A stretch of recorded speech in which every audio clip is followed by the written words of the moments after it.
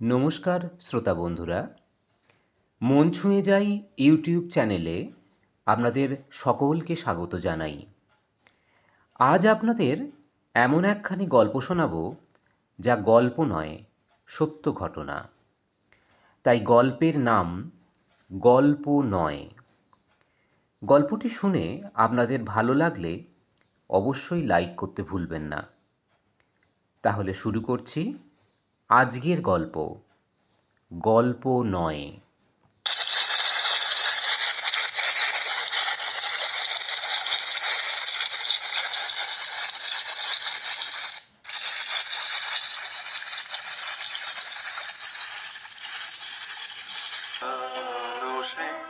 দিনের কথা বলবি কি রে, হায় ও সে চোখের দেখা, প্রাণের কথা সে কি বলা যায়? পুরানো সে দিনের কথা বলবি কি রে, হায় ও সে চোখের দেখা, প্রাণের কথা সে কি বলা যায়?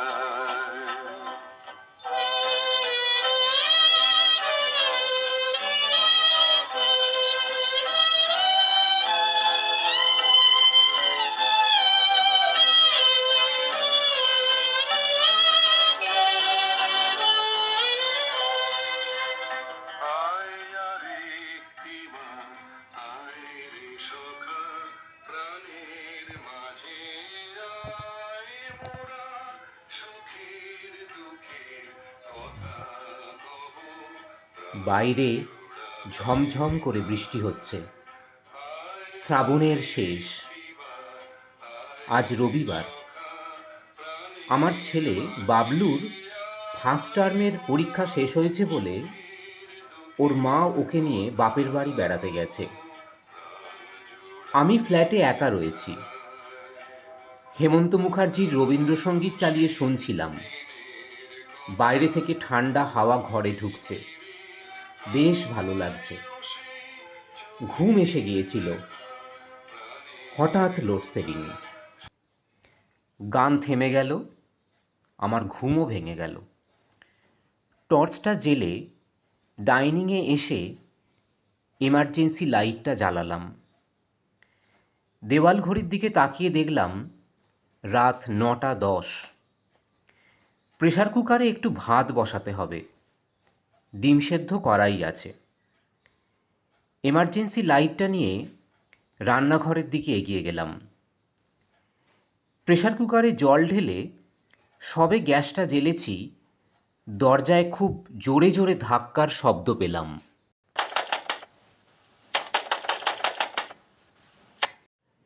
কে? কে? আমি, প্রভাতদা, দরজাটা একটু খোলো। দরজা খুললাম। এমার্জেন্সি লাইটের হালকা আলোয় দেখলাম দরজার ওপাশে প্রভাতদা দাঁড়িয়ে রয়েছেন।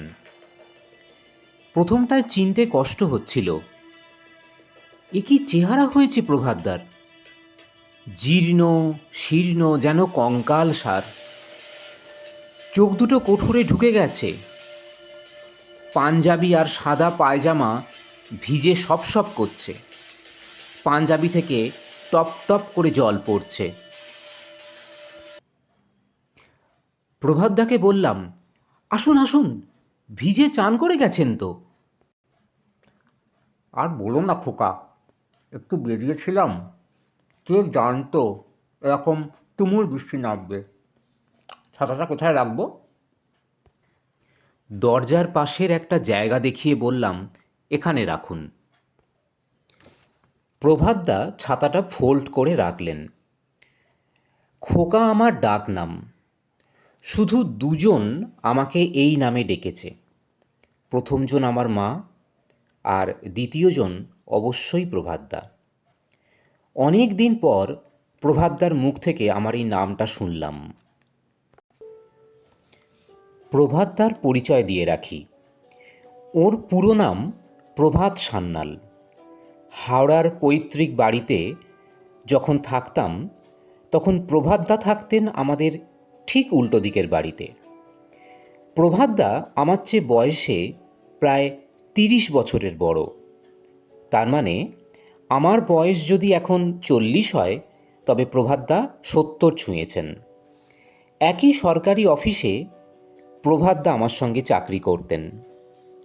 বছর 10 হলো রিটায়ার করেছেন। প্রভাতদা এখনও সেই পুরনো বাড়িতেই থাকেন। আমি কয়েক বছর হলো ফ্ল্যাট কিনে এখানে উঠে এসেছি। উনি প্রায় বছরখানেক আগে আমার ফ্ল্যাটে এসেছিলেন। তারপর নানা ব্যস্ততায় আর যোগাযোগ করা হয়নি। ভিজে ছাতাটা দরজার পাশে রেখে প্রভাতদা সোফায় বসলেন। আমি বললাম, প্রভাতদা, একদম ভিজে গেছেন তো, বাথরুমে গিয়ে চেঞ্জ করে নিন। প্রভাতদাকে অন্ধকারে বসিয়ে রেখেই আলোটা হাতে করে পাশের ঘরে গেলাম। আলমারি থেকে আমার একটা পাঞ্জাবি আর পায়জামা এনে দিলাম। প্রভাতদা হাত বাড়িয়ে দিলেন। প্রভাতদার ডান হাতটা আবছা আলোয় যেটুকু চোখে পড়ল তাতে আমার বুকের রক্ত হিম হয়ে গেল। একেবারে কঙ্কালসার হাত। প্রভাতদা এমনিতেই বেশ ফর্সা। মনে হলো ওনাকে যেন একটু বেশি ফর্সা লাগছে, যেন রক্তশূন্য চেহারা। আমার হাত থেকে পোশাকটা নিয়ে ধীরে ধীরে চলে গেলেন বাথরুমের দিকে। চেঞ্জ করে ভিজে জামা কাপড় একটা পলি ব্যাগে ঢুকিয়ে নিলেন। তারপর সোফায় এসে বসলেন। বৌমা কোথায়? বাবলুর পরীক্ষা শেষ হয়েছে বলে ওকে নিয়ে বাপের বাড়ি গেছে, কাল বিকালে আসবে। প্রভাতদা এক দৃষ্টে তাকিয়ে রয়েছেন আমার দিকে। আপনি এত রাতে কোথায় বেরিয়েছিলেন? বেরিয়েছিলাম বিকেলবেলা, একটু কাজ ছিল। কে জানতো এমন বৃষ্টি শুরু হবে। এদিক দিয়েই ফিরছিলাম, বৃষ্টিটা থামছে না দেখে মনে হলো তোমার ফ্ল্যাটেই ঢুকে পড়ি। অনেক দিন তোমায় দেখিনি, বৃষ্টিটা থামলে চলে যাব। ঘড়ির দিকে তাকিয়ে দেখলাম রাত 9:35। এখনও অঝোরে বৃষ্টি হচ্ছে, সঙ্গে ঘন ঘন বিদ্যুৎ চমকাচ্ছে।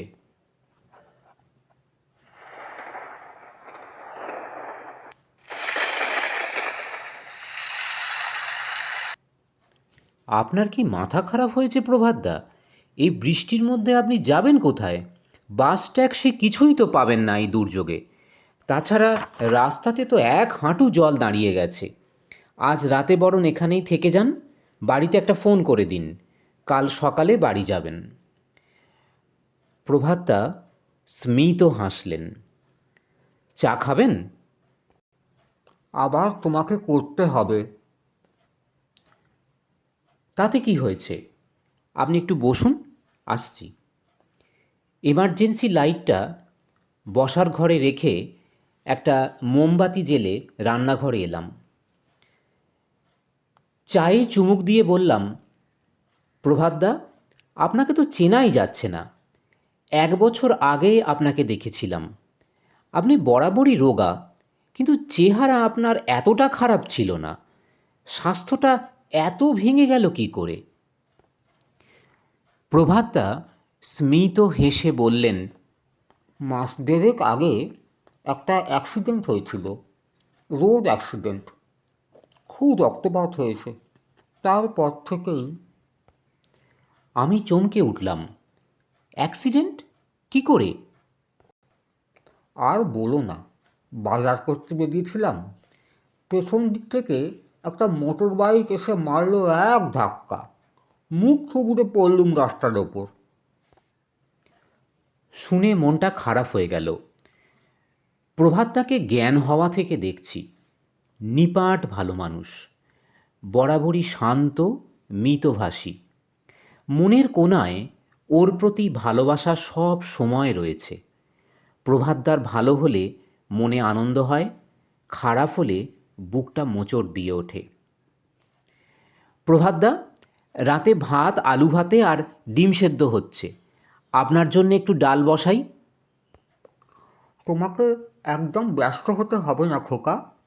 ভাত, আলু ভাতে, ডিম সেদ্ধ মন্দ কি? একটু আচার আছে তো? হেসে বললাম, ভাতের সঙ্গে আচার খাওয়ার অভ্যাসটা আপনার আগের মতোই রয়েছে। আমের আচার, লঙ্কার আচার, কুলের আচার সব রকম আছে।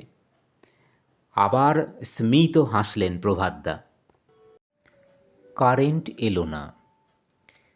ডাইনিং টেবিলে পাশাপাশি বসে ভাত খেতে খেতে বারবার চোখ পড়ে যাচ্ছিল প্রভাতদার দিকে। 1 বছর আগেও দেখেছি প্রভাতদার মাথার অধিকাংশ চুলই কাঁচা ছিল, এখন সব সাদা। মনে হলো হাতের নখ বহুদিন কাটেননি। শুধু চোখ দুটো নয়, গালও ঢুকে গেছে। পাঞ্জাবির বোতাম খুলে ফেললে পাঁজরের হাড় কখানা গোনা যাবে। প্রভাতদা, একটু ভাত দিই? বারণ করলেন।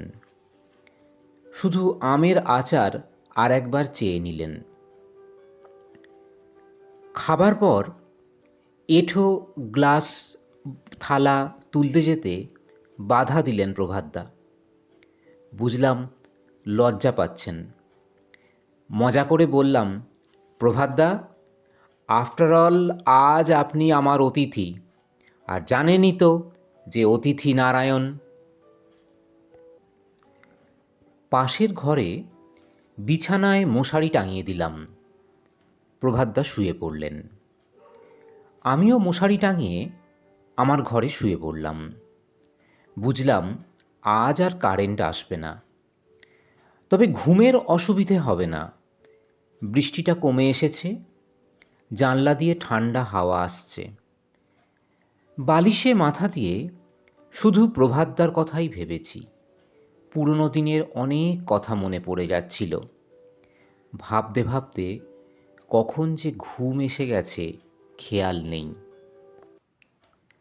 আবহাওয়াটা ঠান্ডা ছিল বলে ঘুম ভাঙল একটু দেরিতে। ঘড়ির দিকে তাকিয়ে দেখি সকাল 7টা 10। তড়াক করে উঠে পড়লাম বিছানা ছেড়ে। আজ সোমবার, অফিস বের হতে হবে। দরজা খুলে বেরিয়ে দেখলাম পাশের ঘরের দরজা ভেজানো। প্রভাতদারও এখনো ঘুম ভাঙেনি বোধহয়। দরজায় টোকা দিলাম, প্রভাতদা, প্রভাতদা। সাড়া শব্দ নেই। দরজাটা ভেতর থেকে খোলা ছিল জানতাম। কাল রাতে উনি শুয়ে পড়তে আমি দরজা ভেজিয়ে দিয়ে গেছি। সাড়া না পেয়ে ঘরে ঢুকলাম। মশারি টাঙানো, কিন্তু ভেতরে প্রভাতদা নেই। তাহলে বোধহয় বাথরুমে গেছেন।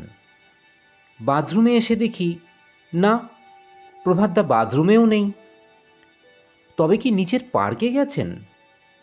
দরজায় এসে আমি দরজা খোলা নেই, যথারীতি ভেতর থেকেই লক করা। দরজার পাশে প্রভাতদার ভাঁজ করে রাখা ছাতাটা রয়েছে। আশ্চর্য, গেলেন কোথায়? ফ্ল্যাটের বাইরে বেরিয়ে গেলে তো দরজা খোলা থাকবে।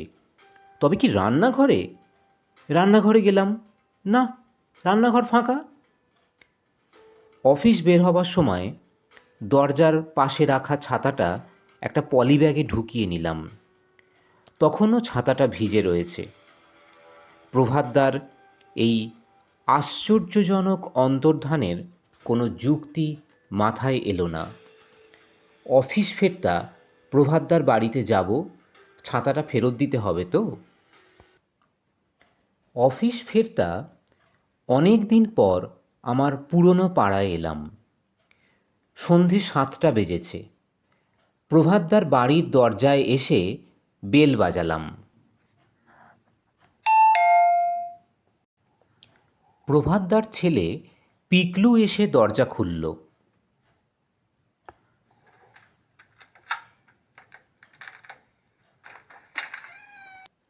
আমাকে দেখে ভেতরে আসতে বলল।